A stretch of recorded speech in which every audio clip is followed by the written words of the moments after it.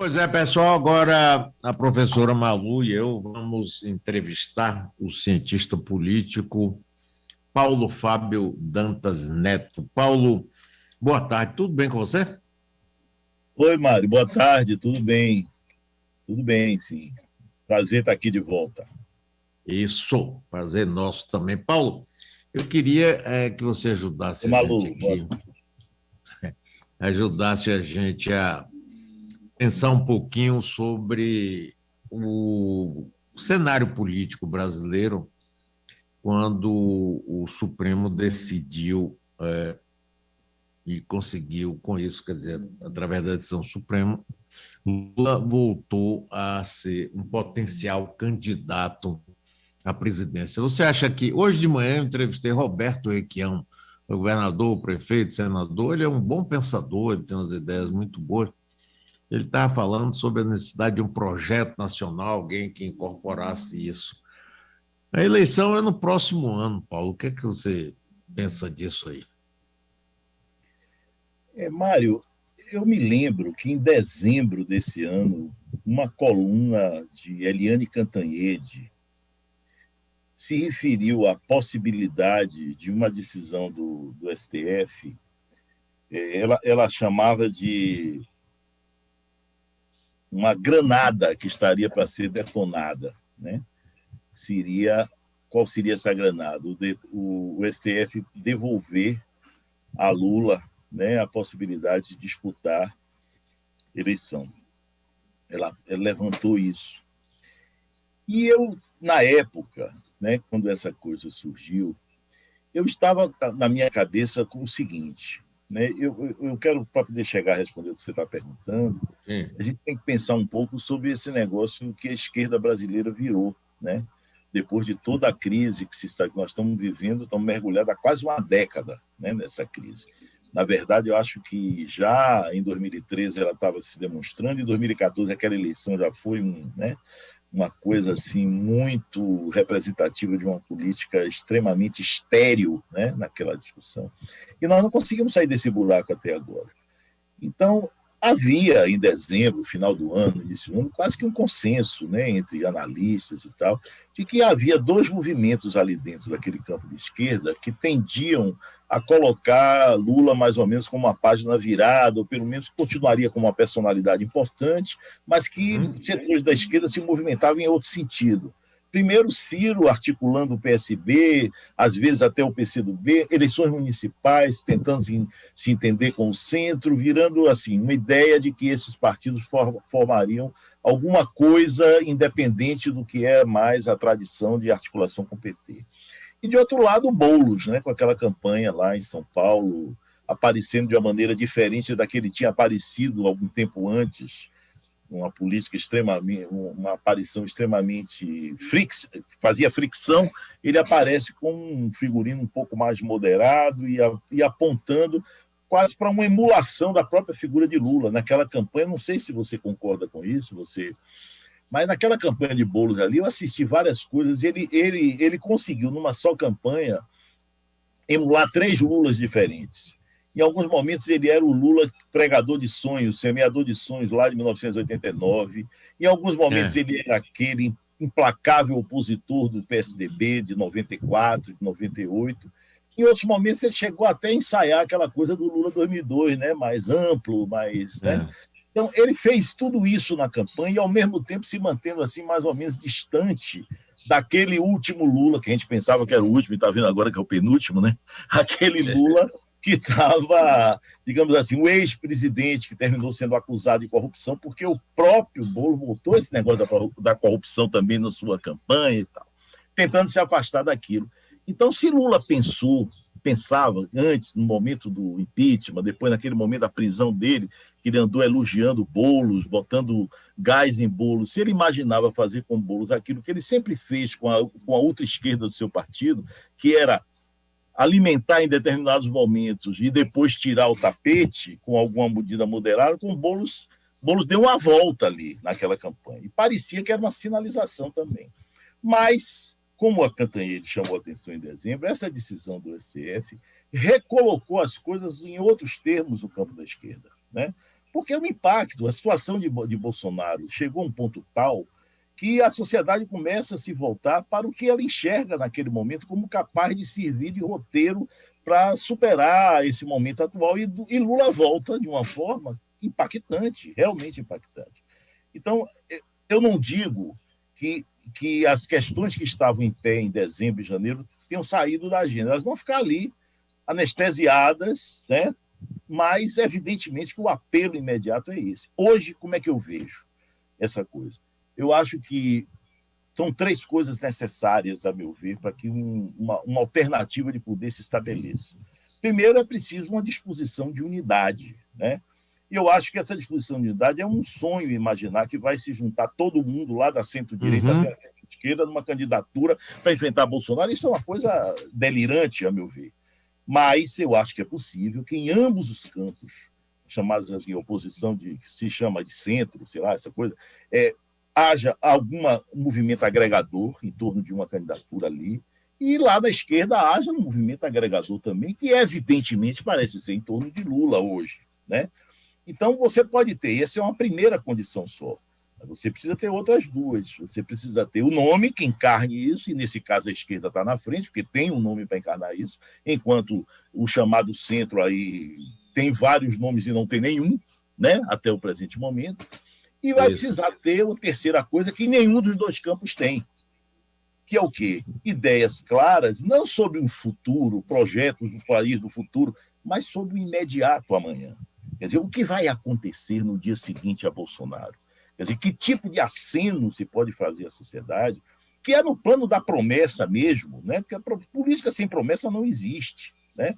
Você não existe. Se você não tem a possibilidade de prometer, você não tem parâmetro para que as pessoas julguem as coisas. Então, o que é isso? Isso é uma costura que está sendo difícil, porque até agora o Lula, com toda a sua importância, com todo o seu peso, com toda a sua possibilidade que tem de ocupar esse lugar, e é bobagem ficar falando que ele é extremista, porque ele pode jogar o jogo do centro sem a menor dificuldade, ele pode fazer isso. Espero até que faça, porque o país está precisando de uma coisa dessa. Mas é evidente que o que ele aponta para adiante é mostrar o passado, né? É um retrovisor, na verdade, o que ele está apontando, embora com uma atitude mais ampla do que aquela atitude que ele vinha tendo anteriormente, mas ele não. Né? E agora, e no outro lado, do lado das oposições de centro, você tem ainda uma Babel, né? Tem uma dificuldade. Saiu um manifesto alguns dias atrás, mês passado, que é um avanço, mas é um avanço daquela primeira condição, disposição para a unidade. Tá bom, é bom, mas não tem nome e ainda não tem clareza do que vai se propor. Então, acho que esse é o momento. Ao mesmo tempo, o Bolsonaro derretendo. Né? Você vê derretendo, não sei se é um processo irreversível, quem está no governo essas coisas nunca são irreversíveis para quem está no governo, a gente sabe disso, não acho que passou o perigo da reeleição de Bolsonaro, eu acho que o perigo da reeleição de Bolsonaro ainda existe, embora se veja que essa possibilidade se tornou mais complicada nos últimos meses pelo derretimento. Então, eu não posso me colocar, quem está do lado do governo, quem está lá dentro do esquema do Planalto, eu não posso crer que está ali jogando só com o plano A. Está entendendo? Vamos levar e vamos para a sepultura junto com o Bolsonaro, se necessário. Não. Vai chegar um determinado momento, se esse processo de derretimento não for detido, né, que vão procurar outra alternativa.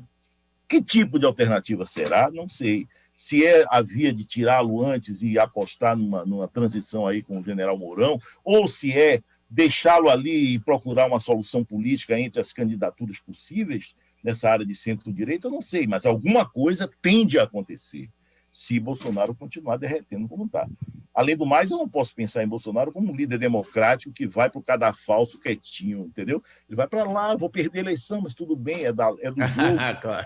Quer dizer, ele não tem esse perfil, né? Então, é muito difícil a gente adivinhar. O que eu acho é que estamos caminhando para ter ou uma candidatura de Bolsonaro contra pelo menos 2 campos diferentes contra ele, ou se ele derreter, talvez esses 2 campos que estão hoje tentando se organizar, a esquerda e esse chamado centro, centro-direita, terminem até disputando as eleições um contra o outro em 2022. Tudo isso que eu acho importante é garantir que as eleições existam, né?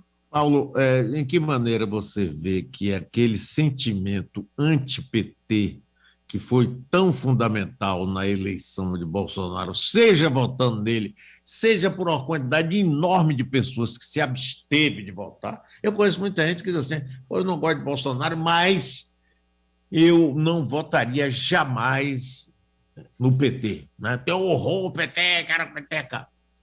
Você acha que esse sentimento anti-PT, Lula mantendo a candidatura ainda até o fim, Bolsonaro, você acha que vai ser importante isso? Olha, veja, seria estranho se ele se mantivesse intacto. Quer dizer, eu não creio que nós tenhamos em 2022 o mesmo sentimento antipetista que havia em 2018. Não tem, porque a lógica, as pessoas são racionais também, em alguma medida, né? Quer dizer, ali estava muito perto a experiência do governo do PT. O Brasil vivia o clima da Lava Jato, né? Vivia toda uma coisa em que o tema da corrupção estava no centro, né? E o PT foi associado àquilo, de alguma maneira, muito fortemente. Não só o PT, o MDB também. Você lembra que o governo Temer não conseguiu nem ter candidato para defendê-lo, né? Então a classe política estava numa defensiva horrorosa em 2018. Naquele momento, era um momento em que o tema da corrupção entrou. Você tem o antipetismo, mas você tinha o lavajatismo, né? O lavajatismo foi um apelo popular fortíssimo. Então, eu hoje acho que o antipetismo, diante do que tem sido o governo Bolsonaro, há uma tendência de muitas faixas do eleitorado relativizarem esse negócio, né? Isso é um ponto. E Lula, sendo um político hábil como é, né, ele tem condições de ajudar também a reverter esse processo, dependendo do discurso que ele assuma, da postura que ele assuma. Agora, nós não podemos subestimar o seguinte: mesmo que esse antipetismo tenha se reduzido, eu não acredito que tenha, e mesmo que o Sérgio Moro e a Lava Jato tenham se desmanchado, o Sérgio Moro, de certa maneira, se desmoralizado, sem trocadilho, né? Mesmo que essas coisas estejam acontecendo, eu não considero que como sentimento público, aquela história do lavajatismo tenha desaparecido, né? Eu acho que ela tem força no eleitorado brasileiro. Essa ideia de que a corrupção é o pior problema do país. Por que isso não está predominando hoje? Porque tem a pandemia, né? É difícil você dizer que qualquer problema é o principal problema do país no momento que a gente está vivendo uma tragédia dessa. Então, está deslocando a pandemia e a crise social e econômica que vem junto com isso. Então, eu creio que isso vai ter um lugar de destaque. E essa questão da corrupção fica em segundo plano, e ficando em segundo plano, e ela não é uma coisa contra o PT só, é contra qualquer solução que saia do sistema político, né? Então, há uma resistência a esse tipo de coisa. Eu acho que esse sentimento não desapareceu da sociedade, embora ele tenha arrefecido, né? Acho que, nesse momento, vai ser Mário, eu acho que vai ser uma coisa. Se Bolsonaro for candidato, é uma coisa. Se Bolsonaro não for candidato, é outra coisa. Os cenários hoje se definem muito mais em função disto do que propriamente do PT ou de Lula. Uma coisa é se Bolsonaro for candidato à reeleição. Outra coisa é se ele não for. Acho que teremos situações, a delimitação das forças vai ser muito diferente. Agora, para Bolsonaro não ser candidato, Paulo, ele precisaria ser impedido, né? Porque por ele a gente não vê nenhuma vontade de deixar de ser candidato. O que você acha disso? Veja só, eu não acredito que o impedimento de Bolsonaro possa ser uma estratégia política de ninguém. A essa altura não é realista você contar com isso. Claro. Trabalhar pelo impedimento, né? Agora, Bolsonaro não é um político trivial, né? O raciocínio de Bolsonaro, diante de uma evidência de uma eleição perdida, se ele chega à conclusão antecipadamente que não tem chance na eleição, a sua tendência é tentar virar a mesa do jogo. Sim, né? Donald Trump. Donald Trump tentou. Pois é, mas o Trump fez isso depois da eleição, né?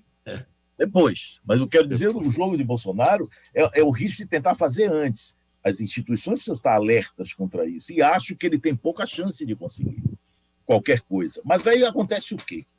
Né? Se ele chega à conclusão de que não tem condições de vencer as eleições, tenta virar a mesa e não consegue, é preciso contar com a hipótese de ele não ser candidato, por ele próprio tomar iniciativas nessa direção. Ou, mesmo que seja candidato, quando eu digo não ser candidato, é não ser um candidato polarizador. Porque a possibilidade de ele ser candidato e ter um destino, eu não diria igual ao de Temer, jamais terá, porque ele tem um apoio popular bem maior do que isso. Mas a possibilidade de ele não polarizar existe. Se a rejeição dele se tornar uma coisa muito grave, pense aí, quer dizer, vamos pegar um exemplo. O DEM, né, que é um partido importante, um partido que tem tido uma atuação institucional irretocável, mas é um partido que está ali numa posição que não rompeu, não queimou seus navios com o governo. O DEM, por exemplo, é um partido que jamais, eu acho que o DEM não estará numa aliança com o Bolsonaro. Mas se um conjunto de forças políticas e sociais mais conservadoras se encaminhar para uma outra solução que não seja Bolsonaro, o DEM pode estar nisso. Se Bolsonaro for o candidato realmente do governo, o DEM tende a se compor com o centro de oposição. Eu acho que tende a fazer isso, ou pelo menos se dividir em relação a isso. Então, essas forças, eu acho que são forças decisivas, que a gente não pode perder de vista o seguinte, rapaz. 2020 foi uma eleição, você pega a eleição municipal de 2020, ela não prediz nada em relação à eleição presidencial. A gente sabe disso. Quem lida com política sabe que eleição municipal não é preditor. Ela prevê, às vezes, eleição de deputado. Aí sim, deputado, para se eleger, precisa ali do prefeito, precisa ali daquele negócio. A gente sabe que isso tem, mas como presidente da República, não há isso assim. Mas, se você comparar, então não vou comparar 2020 com 2022, mas vou comparar com 2016, eleição municipal também. Dá para você ver a diferença imensa. 2016 foi aquele extermínio dos partidos políticos mais relevantes, o PT principalmente, mas não só o PT. Você teve uma queda, uma votação enorme em candidatos novos que não tinham qualquer trajetória política. Aquela ideia de nova política contra a política, tudo aquilo predominou em 2016. Desestruturou o sistema. Em 2020 foi o contrário. Foi o contrário. Em 2020, as pessoas votaram na experiência política, as pessoas julgaram os prefeitos pelo que eles tinham feito ou não tinham feito. Agora, tem uma coisa comum em 2016 e 2020. Há um espectro político no Brasil que saiu fortalecido nos dois momentos, o que se chama por aí de centro-direita. A centro-direita, do qual o DEM é um partido expressivo, ela se fortaleceu. Naquele momento, ela escapou mais ela escapou mais do que as outras forças desse estilhaço de 2016. E em 2016 teve uma votação importante. Então, é de se pensar, o plano das eleições municipais são as duas que a gente tem para comparar. 2022 a gente vai comparar com 2018. Mas eu creio que o humor do eleitorado, ele é um humor que se dirige ao seguinte, a rejeitar essa aventura de Bolsonaro, os extremismos de Bolsonaro, mas, ao mesmo tempo, ter uma atitude geral que é conservadora. E acho que a eleição de 2022 pode mostrar uma distinção importante que, às vezes, está sendo nublada, porque o bolsonarismo usa o discurso conservador, se declara conservador, mas a distinção entre o que é uma política conservadora e isto que está aí no governo. Uma política conservadora, por definição, ela quer preservar instituições, ela quer conservar. E quando nós estamos diante de uma política que destrói instituições. Nós não vimos isso no Estado Novo, nós não vimos isso no regime militar, né? Que foram regimes autoritários que deram seguimento a um processo de construção institucional do país. Não desmontaram o Estado e a estrutura institucional. Isso é o que está sendo feito agora. Isso não tem nada a ver com conservadorismo. Isso é uma atitude reacionária, perigosa, que as eleições podem ser um momento de... ou não. Os conservadores brasileiros podem ir de novo, como foram em 2018, chancelar uma aventura dessa. Vai ser fatal dessa vez, se fizerem. Ou não. Ou construírem, o que eu acho importante, uma alternativa eleitoral que expresse uma posição conservadora, mas, ao mesmo tempo, se distinga disso. Eu acho Na eleição passada, Alckmin, por exemplo, não tentou ser isso, inclusive com aquele latifúndio de partidos? Mas eu volto a dizer, aquele contexto de 2018 era muito adverso para isso, né? O antipetismo que você chamou a atenção, né? A resistência política, a Lava Jato, o PSDB foi atingido por aquilo também. E Alckmin, na verdade, ele não é a expressão própria daquilo que eu estou tentando me referir. Ele é a expressão paulista disso, né? E São Paulo sempre teve enorme dificuldade em conversar com o resto do Brasil.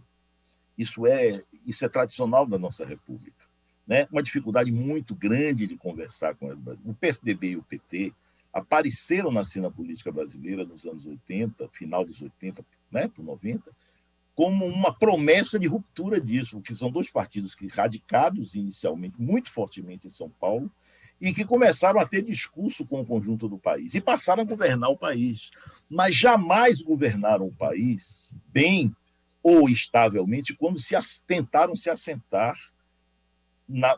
Fernando Henrique foi o contrário disso. Entendeu? O que foi Fernando Henrique? Foi a aliança dele aqui, não só com os baianos, mas com outros segmentos das elites estaduais. Foi dizer o seguinte: não, eu sou do PSDB, mas eu não vou governar com São Paulo. Mesmo assim, houve momentos críticos, como aquele que envolveu o Banco Econômico aqui, você lembra dessa coisa, entendeu? Então, o Fernando Henrique foi um político que tentou traduzir, quer dizer, conciliar aquilo que é a lógica da política paulista com a política nacional. Lula fez isso também de um outro modo, porque ele saiu daquele círculo estreito lá da Universidade do ABC paulista, que lançou o PT. Ele botou o PT para conversar com os grotões, ele botou o PT para conversar com o Nordeste, né? Então, eles governaram o país porque tiveram essa capacidade, vamos dizer assim, de dialogar nesse território. E eu acho que o Alckmin faltou... Ao tucanato paulista falta isso, de um modo geral, independentemente das posições que tenham, né? Falta isso, e por isso eles têm dificuldade até hoje. Você viu o que aconteceu com Dória. Porra, o cara que produziu o negócio do Butantan, deu aquela solução da vacina, tinha tudo para sair cavalgando em cima disso e não consegue sair dali, porque tem uma coisa aí que eu acho que a política brasileira não resolveu até hoje. E, enfim... É isso mesmo. Malu, tem alguma pergunta para Paulo? Tenho. Eu com pena, né, que eu saio do assunto nacional. Tinha ainda, Paulo, muitas perguntas que eu gostaria de lhe fazer aqui em relação a Ciro, a outras coisas, esse comportamento de jogar badogada na janela do PT, a quem favorece, muita coisa que eu queria te perguntar. Te admiro muito pelos estudos que você faz, pelo seu olhar em relação à política brasileira, e especialmente a política baiana, né? Seus estudos sobre o carlismo são assim obrigatórios para quem quer entender a Bahia e o Brasil neste século. E vou trazer para cá a política, né? A pergunta, a gente não tem o dia inteiro. Então, dentro desse cenário de que eleição municipal não prescreve nada em relação à eleição estadual, e vamos ter, parece, até agora o cenário nos mostra isso, até agora o que se apresenta para a gente são duas heranças, né? Jacques Wagner, como a herança do próprio legado dele, de 8 anos de governo do PT, e o PT tendo passado por tudo que passou, que a gente está falando aqui agora em escala nacional, e está no governo local, e a Semineto, né, que é essa herança ainda, né, do carlismo, com outra roupagem, com outra tela. Eu queria que você fizesse para os nossos ouvintes uma espécie de leitura com que bagagem, né, esses dois homens chegam a esse cenário atual e com quem eles conversam em relação às coisas que mudaram do próprio PT e as mudanças que houve no próprio carlismo, que, né, o ACM Neto tem uma herança, mas como penetra, sobretudo, no interior da Bahia. Bom, essa última parte aí eu não sei dizer, né? Realmente não sei dizer. Isso eu precisaria estar um pouco mais antenado, entendeu, Malu? E não estou. Mas veja, eu não tenho assim como certo que nós vamos caminhar para 2022 para um confronto político entre a Semineto e Wagner. Acho que essa é uma possibilidade, mas acho que existe, pelo menos, mais uma força relevante, né, na política baiana que pode se imiscuir nisso, dependendo, inclusive, dos desdobramentos da política nacional, que é o PSD, do senador Otto Alencar, né? Isso é um elemento ainda não definido. Eu não sei como é que isso vai se dar. Se ele tende a ser absorvido num bloco de aliança com algum dos dois lados, porque ele é do partido de Kassab. Nós não podemos ignorar isto, né? Depende muito da política nacional. Ou se ele próprio terá condição de arregimentar, está vendo aí a CPI, né? Arregimentar alguma condição de se transformar no polo pela perda de condições de competitividade de alguns dos dois polos. Não sei, isso aí eu admito que é uma possibilidade. Né? Agora, sobre a Semineto e Wagner especialmente, eu vou dizer uma coisa aqui que talvez, enfim, não sei se você compartilha dessa posição, muita gente não compartilha, mas eu coloco Wagner e Neto numa gavetinha muito próxima, muito dentro de uma mesma gaveta geral de a maneira como eu passei a olhar a política. Né? Eu acho que eles são políticos de diálogo. Eu acho que eles são políticos de construção da política pela via do entendimento. Eles são, portanto, políticos sintonizados com aquilo que eu imagino que possa ser a reação do eleitorado nacional a esse período de crise brutal que nós estamos vivendo e que eu espero esteja perto do fim. Então, acho que eles são políticos que poderão contracenar e disputar uma eleição aqui se, no plano nacional, tiver sido retirado da cena antes das eleições o elemento extremamente polarizador que caracteriza a presença de Bolsonaro na cena política. Eu não vejo nem Neto, nem Jacques Wagner como candidatos possíveis ao governo da Bahia que se associem a esta coisa que está aí na presidência da República. E, portanto, e também, como não acredito que a presidência da República, a situação nacional esteja ausente, né, de uma discussão de um estado importante como a Bahia, eu fico um pouco reservado com o que pode acontecer. Mas acho que Wagner e Neto são políticos da mesma estirpe, por exemplo, que você encontra em partidos os mais diversos. Por exemplo, no PSOL você encontra um político assim, Marcelo Freixo. Né? Marcelo Freixo é um político assim. Um político de uma coragem imensa, enfrentando uma situação extremamente difícil, que é aquela política do Rio. Ameaças, inclusive, pessoais aqui, e ele mantém uma linha de conduta, que é uma linha ampla de conduta, de conversa, de articulação, de entendimento, de valorização da democracia, que é polêmica dentro do seu partido. Esse é o caso não só de Wagner, mas de alguns outros quadros do PT, como o governador do Ceará e outros quadros que são completamente diferentes, por exemplo, da atitude que tem, por exemplo, a presidente do PT, a Gleisi Hoffmann. Esse é o caso de vários políticos do DEM também. É o caso de Neto, é o caso de Mandetta, o ex-ministro da Saúde, é o caso de Rodrigo Pacheco, o presidente do Senado. Quer dizer, eu estou falando, é o caso de Flávio Dino no PCdoB. Eu estou falando de políticos de várias orientações ideológicas e que têm em comum esta perspectiva de que política se faz para produzir soluções e entendimentos sem prejuízo das divergências. Mas eles não fazem a política da fricção como sendo o norte da sua conduta. Entendeu? Então, acho que vai ser de muita felicidade para a Bahia se nós tivermos uma eleição disputada entre a Semineto e Wagner. A meu ver, eu acho que será. E não vejo, inclusive, Wagner como apenas PT, embora ele seja, evidentemente, um quadro do PT. Mas ele tem demonstrado nas suas posições que assume no Senado que ele tem capacidade de pensar a política mais ampla. Assim como o Neto, que eu não vejo o Neto como um herdeiro do carlismo.